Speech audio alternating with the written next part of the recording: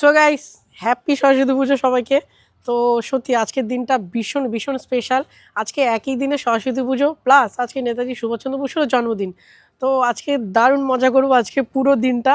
তো সরস্বতী পুজো তো করছি বাড়িতে, আর আজকে নেতাজি সুভাষচন্দ্র বসুর জন্মদিন উপলক্ষে আমরা একটা খেলার আয়োজন, মানে একটা খেলা করেছি, ঠিক আছে।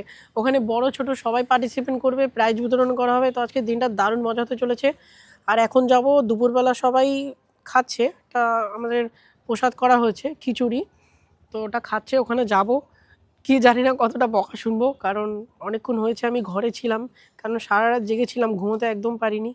তো চলো ওখানে যাই, দেখবে ছাদ থেকে দেখাচ্ছি মানে ও কি করছে। আমি জামাতে কিন্তু বকা শুনবো, আমি ওখানে এখনো যাইনি, আমি হেল্প করে চলে এসেছি। এই দেখো, দেখতে পাচ্ছ? তারপরে আমাকে দেখলে ওখান থেকেই বকা স্টার্ট করে দেবে।